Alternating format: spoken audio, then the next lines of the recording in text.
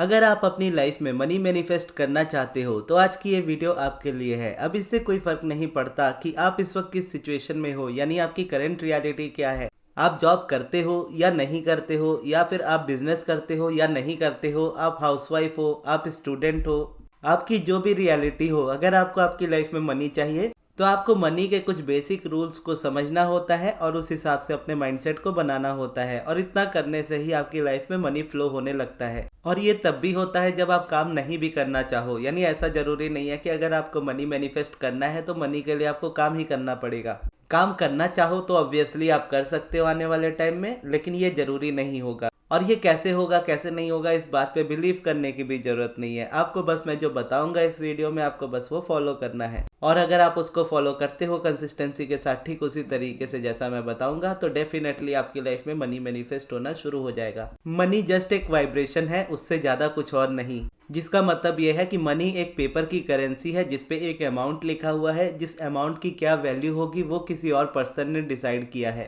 तो ठीक इसी तरीके से दुनिया में जितने भी लोग होते हैं वो इसी तरीके से ये चीज़ डिसाइड करते हैं कि किस पर्सन की कितनी वैल्यू होनी चाहिए उस पेपर की करेंसी के अकॉर्डिंग। जैसे हमारा माइंड इस बात को मानता है कि अगर हम काम करेंगे तो हमें वो पेपर की करेंसी मिलेगी, और अगर हम काम नहीं करेंगे तो वो चीज़ हमें नहीं मिलेगी। इस पेपर की करेंसी को अपनी लाइफ में लाने के लिए मुझे बहुत मेहनत करनी पड़ेगी। अब जो एक बॉस है, मान लीजिए जो कोई कंपनी का बॉस है, वो अपने एम्प्लॉयज़ को कितना पे करता है ये वो डिसाइड करता है। यानी आप उसके लिए 8 घंटे या 10 घंटे या जितने भी हिसाब से आप काम करते हो वो आपके टाइम की वैल्यू लगाता है कि आप इतना टाइम दे रहे हो तो इसके बदले में आपको ये चीज़ मिलेगी, यानी इतने पैसे आपको मिलेंगे। तो दुनिया इसी तरीके से चलती है। लेकिन यूनिवर्स को अगर एक्चुअल में देखा जाए तो कभी भी यूनिवर्स ये बात नहीं कहता कि तुम 8 घंटे काम करोगे तो तुम्हें इतना ही पैसा मिलेगा, या तुम काम नहीं करोगे तो तुम्हें पैसा नहीं मिलेगा। तुम्हें पैसे के लिए काम करना ही पड़ेगा या बहुत मेहनत करनी पड़ेगी। ये सारी चीज़ें आपको दुनिया बोलती है, यूनिवर्स नहीं बोलता।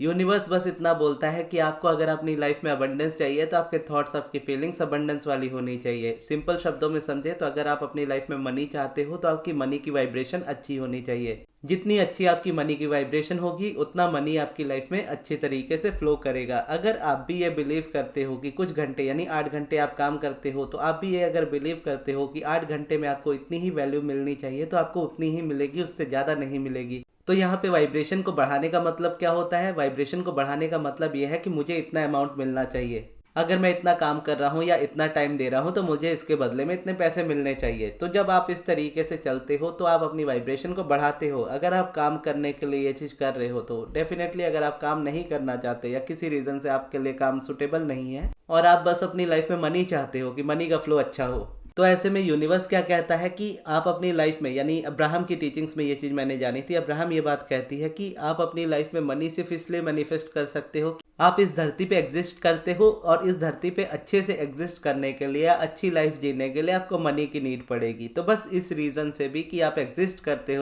इस धरती पे, तो उस एग्जिस्टेंस के लिए भी आप यूनिवर्स से पैसे मांग सकते हो, क्योंकि ये यूनिवर्स की जिम्मेदारी है कि जिसने आपको लाइफ दी है वही आपको लाइफ में आगे लेकर के भी जाएंगे। लेकिन बस बात वही आती है यहाँ पे हमारे माइंड वाली कि हम कुछ चीज़ें बिलीव करते हैं। हम क्या बिलीव करते हैं कि अगर हम स्टूडेंट हैं तो किसी तरीके से हमें पैसे नहीं मिल सकते, या फिर अगर हम हाउसवाइफ है तो हमें पैसे नहीं मिल सकते। अगर पैसे चाहिए तो खुद कमाना पड़ेगा, लेकिन कमाने के लिए हमारे पास टाइम नहीं है, या मेरे पास जॉब नहीं है, या मेरे पास ऐसी स्किल्स नहीं है कि जिससे मैं जॉब कर सकूं, और ना ही मेरे पास पैसे हैं जिससे मैं अपना कोई बिजनेस स्टार्ट कर सकूं। और अगर आप इसी तरीके से सोचते रहे तो आपका माइंडसेट कैसा बन जाएगा कि मुझे पैसा मिल ही नहीं सकता। ठीक उसी तरीके से जैसे पहले वाले स्टेप में मैं बता रहा था कि आप अपनी जितनी वैल्यू समझते हो अपने टाइम या अपने काम की, तो उतना ही वैल्यू आपको इन रिटर्न मिलती है। वहीं दूसरी तरफ अगर आप ये बिलीव करते हो कि आपको ये चीज़ नहीं मिल सकती, आपको मनी नहीं मिल सकता, तो आप ये खुद बिलीव करते हो कि आप वर्दी नहीं हो अपनी लाइफ में पैसे कमाने के लिए या पैसे मैनिफेस्ट करने के लिए। तो प्रॉब्लम यहाँ पे कहाँ आती है? यहाँ पे प्रॉब्लम बस ये आती है कि यहाँ पे आप डिसाइड नहीं कर रहे हो कि आपकी वैल्यू क्या है। या तो आपके बॉस डिसाइड कर रहे हैं, या आपके हस्बैंड डिसाइड कर रहे हैं, या आपके पेरेंट्स डिसाइड कर रहे हैं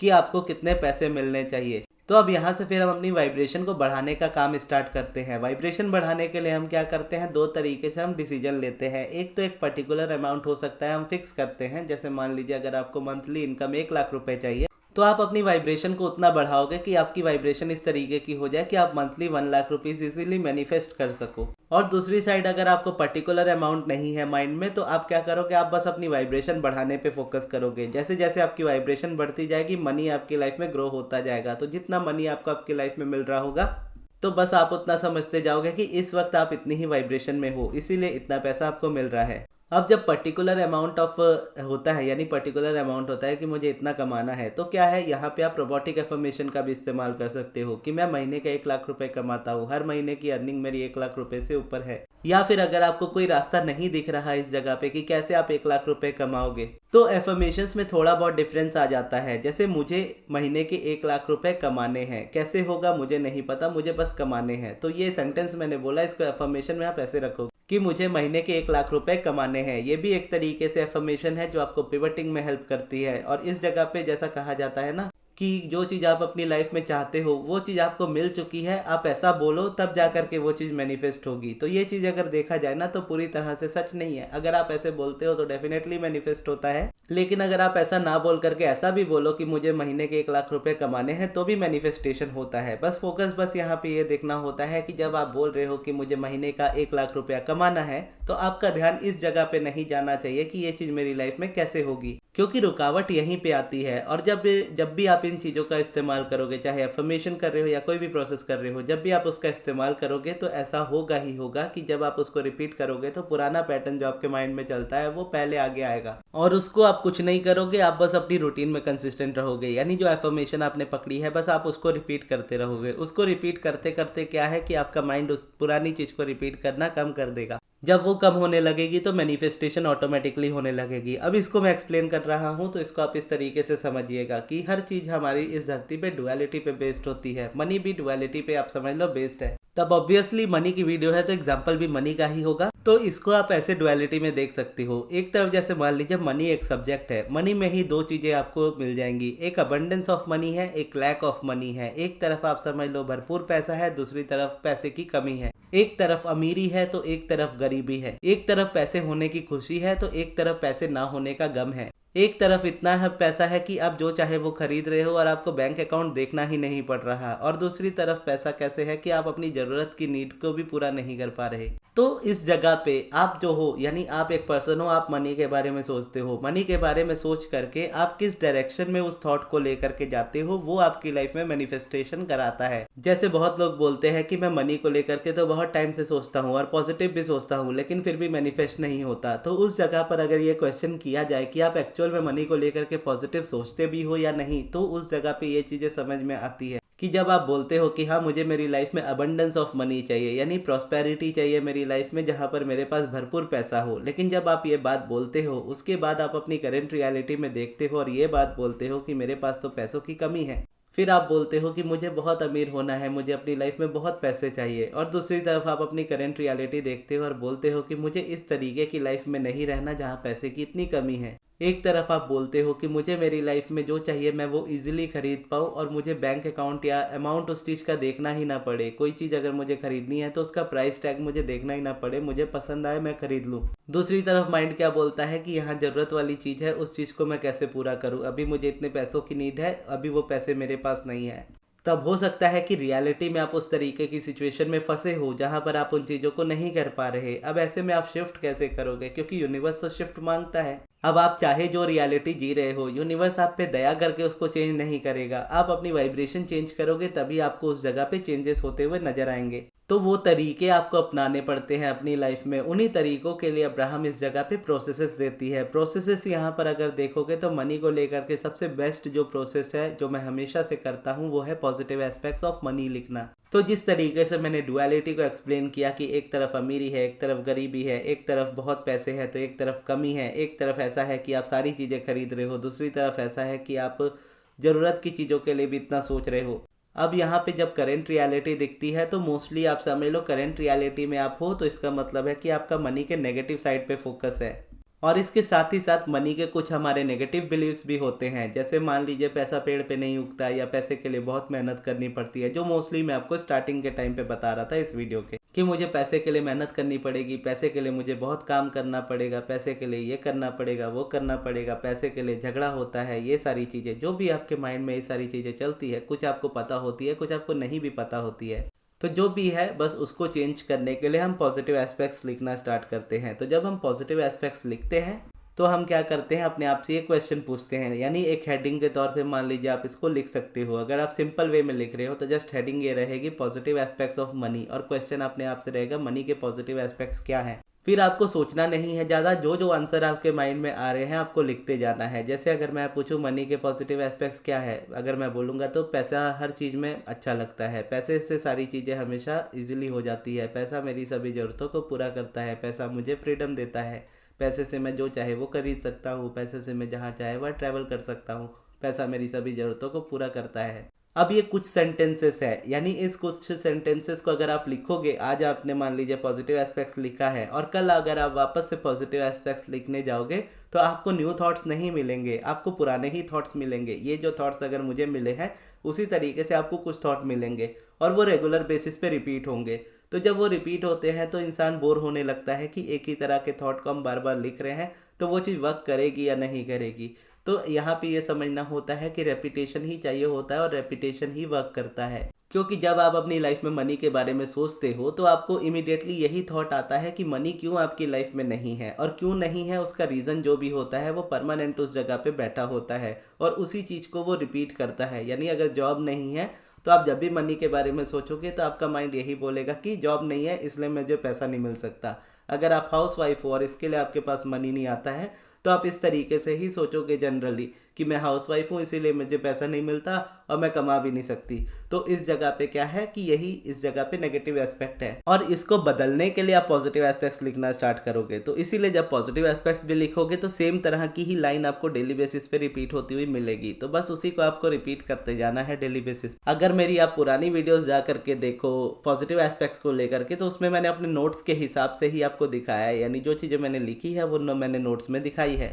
तो मैं वो दूसरे तरीके से लिखता हूँ जिसमें 3 क्वेश्चन होते हैं। जैसे मैंने अभी आपको 1 क्वेश्चन वाला बताया है, अगर आपको 3 क्वेश्चन वाला भी सीखना हो तो उसकी भी वीडियो आपको चैनल पे ही मिल जाएगी। आपको दोनों में से जो भी तरीका पसंद आए आप उस तरीके से उसको लिख सकते हो। एट द एंड बात यही आती है कि रेपिटेशन चाहिए, आपको डेली बेसिस पे इस चीज़ की प्रैक्टिस करनी है। और कब तक करनी है, कब तक रिजल्ट मिल जाएगा, इसका कोई आंसर नहीं होता, कभी भी इसका कोई आंसर नहीं होता, क्योंकि हर एक पर्सन के लिए डिफरेंट डिपेंड करता है। अब जब अगर मैं देखूँ मैं कितने टाइम से लिख रहा हूँ पॉजिटिव एस्पेक्ट्स, जब से मैंने money and the law of attraction पढ़ी है, और समझ लो आप मैंने जब से अर्निंग स्टार्ट की है 2022 के एंड से, नवंबर के अराउंड से मैंने पहली बार पढ़ा था money and the law of attraction. तो उसमें अगर लिखते हुए बोलोगे तो 2.5 साल तो हो ही गए होंगे। 3 साल हो गए, मतलब 22 के एंड से लिख रहा हूँ तो 23, 24, 25, अभी आ गया 26, तो 3.5 साल आप समझ लो मुझे हो गए हैं। अभी मेरे अराउंड जितनी डायरीज़ है जिस पे मैं लिखता हूँ पॉजिटिव एस्पेक्ट्स, 4-5 तो है मेरे पास अभी, तो उन सभी में भी अगर मैं देखूँ तो सब में पॉजिटिव एस्पेक्ट्स ऑफ मनी ही है और सेम ही तरह की लाइंस रिपीट हुई हैं। तो इसीलिए रेपिटेशन माइंड के लिए बहुत ज़रूरी है, तभी आपका माइंड रिप्रोग्राम होता है, रेपिटेशन से ही वो रिप्रोग्राम होता है। और इसके साथ ही साथ आपको डेली बेसिस पे अपनी थोड़ी थोड़ी हैबिट्स को भी चेंज करना होता है। आपको बस जैसे ये समझना है कि मनी क्या है, मनी एक ऐसी वाइब्रेशन है जो स्पेंड होना पसंद करती है। आप उसको जितना रोकने की कोशिश करोगे उतना ही वो आपसे निकलती जाएगी, जितना आप बचाने की कोशिश करोगे उतना आप खर्च करते हुए नजर आओगे या बिना किसी रीज़न के पैसा निकलेगा। तो जब भी आप पैसे से कुछ भी खरीदते हो, खरीदते समय बस आपको इस तरीके की फीलिंग रखनी है कि हाँ, जब मैं ये चीज़ खरीद रहा हूँ तो बदले में मुझे कोई चीज़ वैल्यूएबल मिल रही है, तभी मैं उसके लिए पैसे दे रहा हूँ। तब जा कर के क्या होता है कि आपका माइंड ये बिलीव करता है कि यहाँ पे आप किसी से अगर कुछ खरीद रहे हो तो उसके बदले में ये पैसे दे रहे हो, आपको खर्च नहीं लगने चाहिए ये चीज़। इसका मतलब यही है कि अगर आपको खर्च लगेगा तो इसका मतलब है कि आपका माइंड इसी बात पे फोकस करेगा कि पैसा निकलता जा रहा है। लेकिन जब आप ऐसे फोकस करोगे कि मैं पैसे दे रहा हूँ बदले में कोई चीज़ ले रहा हूँ, तो वो वैल्यू मुझे मिल रही है तो उसके लिए मैं पैसे पे कर रहा हूँ, तो यहाँ पे ये वाली प्रॉब्लम हट जाती है। और वहीं दूसरी तरफ आपको ये भी ध्यान रखना पड़ता है कि हमारे माइंड में एक अमाउंट की लिमिट होती है, हमें उस लिमिट को क्रॉस नहीं करना चाहिए। उस लिमिट को हमें टाइम के साथ साथ बढ़ाते जाना चाहिए, फिर हम उसके हिसाब से अपने एक्सपेंसेस बढ़ाते हैं। मान लीजिए कि आपको आपकी लाइफ में कोई चीज़ खरीदनी है, सिंपल सी चीज़ है, मान लीजिए हेडफोन्स है। अब हेडफोन्स की आपको नीड है, आपको लगता है कि आपको अच्छा वाला एक हेडफोन खरीदना चाहिए। उस हेडफोन की अगर कीमत मान लीजिए 3,000 रुपये है, अब 3,000 रुपये देख करके आपका माइंड कुछ तरीके का रिएक्ट करता है कि 3,000 इसका अमाउंट है। अब जिसके पास बहुत है उसके लिए ये कुछ मैटर नहीं करता, वो इमीडिएटली इसको खरीद लेगा। लेकिन कोई पर्सन ऐसा भी होगा जो इस जगह पर देख करके इसको इरिटेट हो जाएगा कि इसका प्राइस इतना ज़्यादा क्यों है, इसमें है ही क्या।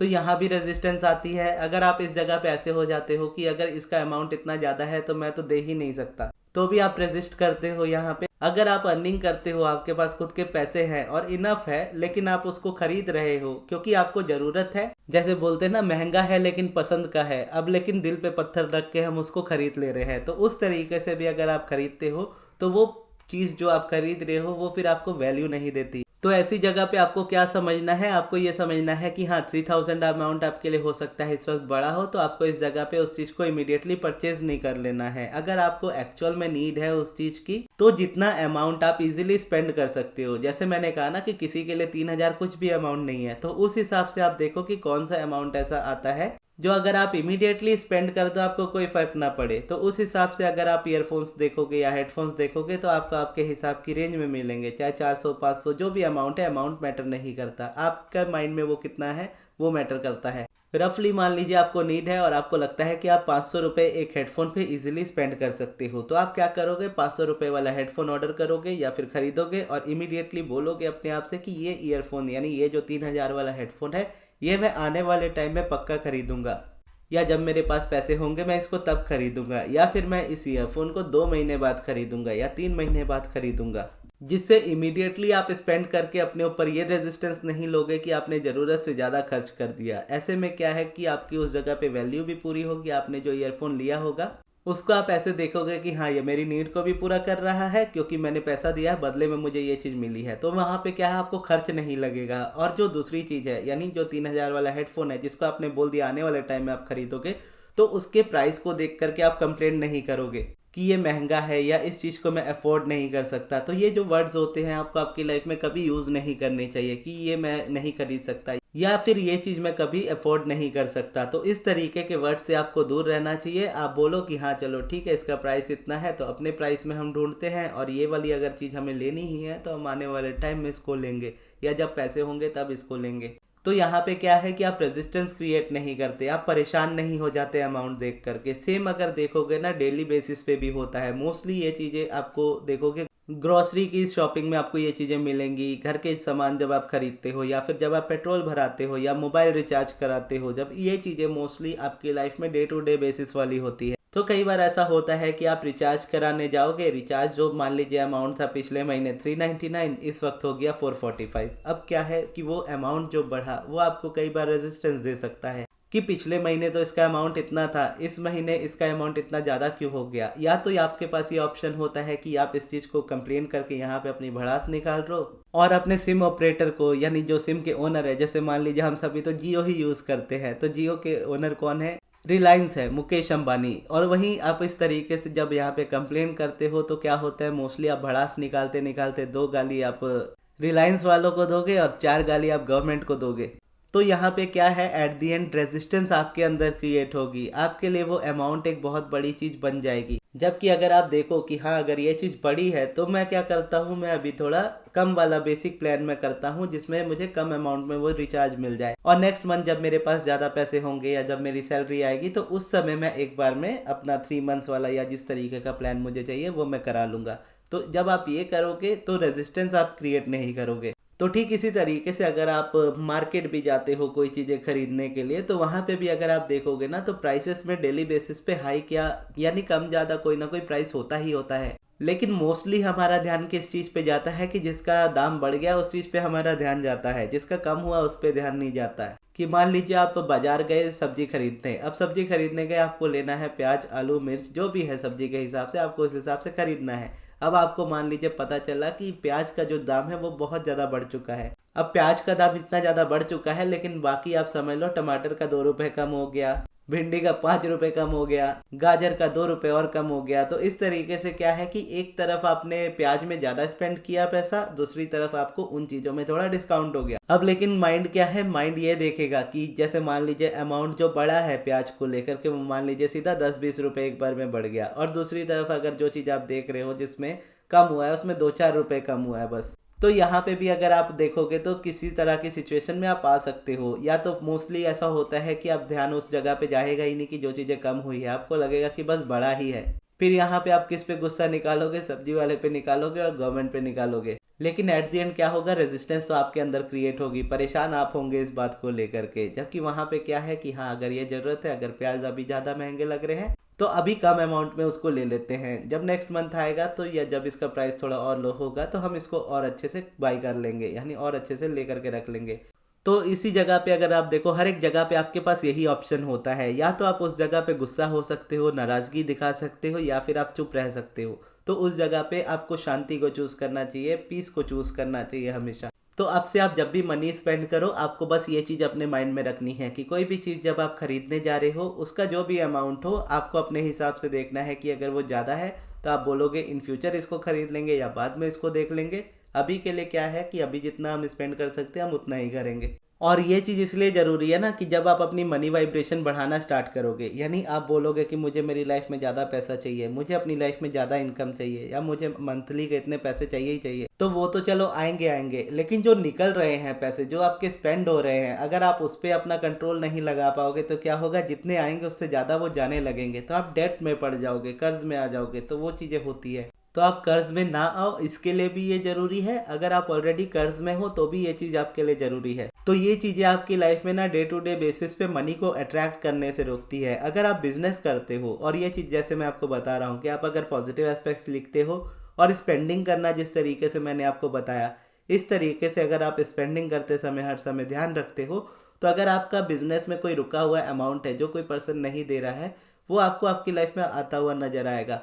कोई क्लाइंट्स या फिर आपके कस्टमर्स आपके दुकान में या शॉप में कम हो रहे हैं बिजनेस में, तो इंस्टेंटली आप देखोगे कि उस जगह पे आपको ग्रोथ होती हुई नजर आ रही है। तो ये छोटे छोटे से फिजिकल साइंस होते हैं जो आपके मतलब मेंटल चेंजेस के रियलिटी में चेंज हो रहे होते हैं, यानी जो आपने माइंड में चेंज किया होता है वो आपको इस तरीके से रियलिटी में दिखना स्टार्ट होता है। हाउसवाइफ्स के लिए कैसा होता है कि मान लीजिए उनके हस्बैंड की सैलरी बढ़ जाती है, या फिर उनके हस्बैंड खुद ही अपने आप से ही अपने पैसे ज़्यादा अमाउंट में उनको देने लगते हैं।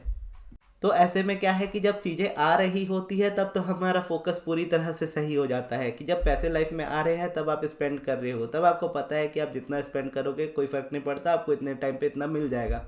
तो ये होता है वाइब्रेशन बढ़ने के बाद, जो मैं बोल रहा था ना कि एक अमाउंट बढ़ जाता है हमारा वाइब्रेशन का, स्पेंडिंग करने का। तो अभी मान लीजिए आप इतना पैसा स्पेंड करने में एक बार में घबराते हो, आने वाले टाइम में ये अमाउंट आपके लिए कोई अमाउंट नहीं रहेगा। और दूसरा, अब्राहम कहती है कि एक प्रॉस्पेरिटी गेम नाम की चीज़ होती है जिसको आप डे टू डे बेसिस पे खेल सकते हो। प्रॉस्पेरिटी गेम एग्जैक्टली यही नाम है, ये मुझे एग्जैक्टली याद नहीं है, लेकिन एक गेम है उनकी जिसमें वो बोलती है कि अपने पॉकेट में आप $100 का बिल रखो और उसको लेकर के मॉल चले जाओ। अब ये चीज़ अगर बोलोगे तो कन्फ्यूजन में लगती है। $100 बिल का मतलब ये नहीं है कि पे कर रहे हैं। $100 बिल का मतलब वहाँ पे यूएस में आप समझ लो, इसको करेंसी को ही शायद बोलते हैं। तो आप इसको ऐसे समझ लो कि मान लीजिए आपके बैंक अकाउंट में टोटली 10,000 रुपीज़ है, या फिर आपके पर्स में 4 से 5,000 रुपये का कैश है। तो अब इस जगह पे जब भी आप मॉल जाते हो या किसी ऐसे शॉपिंग सेंटर पे जाते हो, तो आप वहाँ पर घूमो, वहाँ पर चीज़ों को देखो, उनके प्राइस टैग को देखो, और जो प्राइस आपको 10,000 या 5,000 के अराउंड आपको मिल रहा है, उस चीज़ को देख करके आप ये फील करो कि हाँ, मेरे पास इतने पैसे हैं कि मैं अभी इस चीज़ को खरीद सकती हूँ, या मेरे पास इतने पैसे हैं कि मैं अभी इस चीज़ को खरीद सकता हूँ। आपको उस जगह पे बस ये वाइब्रेशन का यूज़ करना है। इस तरीके से आपको स्पेंडिंग नहीं करनी है, यानी स्पेंडिंग आप खरीदने के लिए नहीं जा रहे हो। आप कभी घूमते घूमते, कभी किसी काम से, या इस तरीके से, मान लीजिए कभी हम हॉलीडेज़ पे भी होता है ना कि हम मॉल जाते हैं, तो जब हम उस तरीके से जाते हैं मॉल, तो उस समय जब आप कोई चीज़ें देख रहे हो, प्राइस टैग किसी चीज़ का देख रहे हो, तो प्राइस टैग देख करके बहुत हो सकता है कि हाँ, मॉल में हो सकता है प्राइसेस बहुत ज़्यादा हाई हो, तो वो चीज़ भी आपको परेशान कर देती है। तो ऐसे में आप क्या करते हो कि आप सिर्फ प्राइस देखते हो, उसको खरीदते नहीं हो, और उसी चीज़ को आप बोलते हो इस तरीके से कि मैं ये चीज़ खरीद सकता हूँ। तो अब मान लीजिए आपके पास 10,000 है और आप एक फीमेल हो, आप एक लेडीज़ कॉर्नर में गए जहाँ पर बहुत सारे वेस्टर्न कपड़े हैं जो आपको पसंद है। अब एक वेस्टर्न क्लोथ्स की तरफ आप जाते हो, आपको वहाँ पे कपड़े मिलते हैं, उसका अमाउंट रहता है 8,000। अब 8,000 के कपड़े मोस्टली आप नहीं खरीदना प्रेफर करोगे उस जगह पे, लेकिन अब उस 8,000 का अमाउंट देख करके आप डरोगे नहीं, आप घबराओगे नहीं, आप अपने आप से बोलोगे कि मेरे पास अभी 10,000 रुपीज़ है तो मैं 8,000 का ये चीज़ खरीद सकती हूँ। फिर आप ये बोल करके नेक्स्ट वाले जगह पे जाओगे। मान लीजिए आप शूज़ देखने लगे, अब शूज़ देखने लगोगे, शूज़ आपको दिखे 4-5 हज़ार रुपए के। अब आप क्या कर रहे हो, आप शूज़ खरीद नहीं रहे हो, शूज़ को देख कर के बोल रहे हो हाँ ये 4,000 के हैं, मेरे पास 10 है तो मैं इसको भी खरीद सकती हूँ। तो इसी तरीके से मान लीजिए मेकअप वाले सामान वाले साइड में आप गए, वहाँ पर आपको कोई अच्छी सी चीज़ें दिख गई और एक किट दिख गई, मान लीजिए मेकअप की किट दिख गई जिसका दाम है 2,000 रुपये। अब वो चीज़ भी आपने देखी और बोला कि हाँ ये भी मैं खरीद सकती हूँ। फिर आप दूसरे काउंटर पे गए, वहाँ पर आपको कोई चीज़ पसंद आई, उसका दाम है मान लीजिए 6,000 रुपये। तो आपने कहा कि हाँ मेरे पास इतने 10,000 रुपये है तो मैं ये चीज़ खरीद सकती हूँ। तो ऐसे में क्या किया आपने कि वाइब्रेशनली आपने अपने 10,000 रुपये को कितनी बार स्पेंड कर लिया बिना उसको स्पेंड किए। और इस जगह पे क्या है कि आपने ये वाइब्रेशन भी क्रिएट नहीं की कि ये चीज़ें मैं नहीं खरीद सकती या ये चीज़ें मैं अफोर्ड नहीं कर सकती। तो बस आप समझ लो बेसिक फंडा यही है मनी का, आपको इसी चीज़ को रट लेना है और इसी तरीके से आपको इसकी प्रैक्टिस कर लेनी है। और पॉजिटिव एस्पेक्ट्स वाली वीडियो अगर आप देखना चाहो तो मैं एंड स्क्रीन में ही यहाँ पे लगा दे रहा हूँ, यहाँ से आप इसे देख सकते हो। तो ये थी हमारी आज की वीडियो। आपको ये वीडियो कैसी लगी कमेंट्स में ज़रूर बताइएगा और इस वीडियो को यहाँ तक देखने के लिए बहुत बहुत धन्यवाद।